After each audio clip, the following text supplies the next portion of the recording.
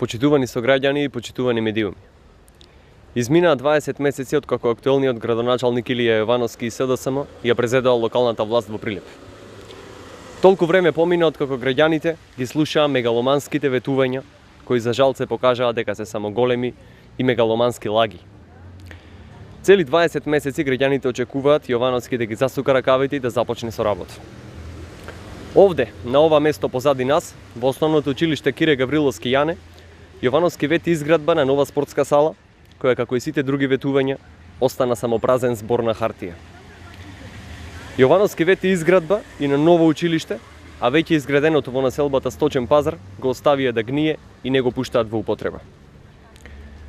Градоначалникот вети изградба на две нови градинки, на спортско-рекреативен центар со затворен базен и вети општина која ќе се грижи за младите и идните генерации.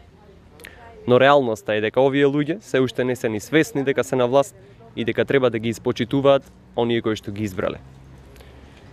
За спортската сала во ова училиште, исто како и за новите градинки и за новото училиште кое што го ветија, немаат ниту проект, па ниту имаат изградено темел, а ниту некогаш ќе бидат изградени од нив. Единствените инвестиции во образованието кои ќе сведочат дека Илија Јовановски и СДСМ некогаш ја воделе општина Прилеп, ќе останат само фотографиите од приредбите за патронатите и положувањето на цвеќине. Почитувани, овие луѓе се силни само на збор.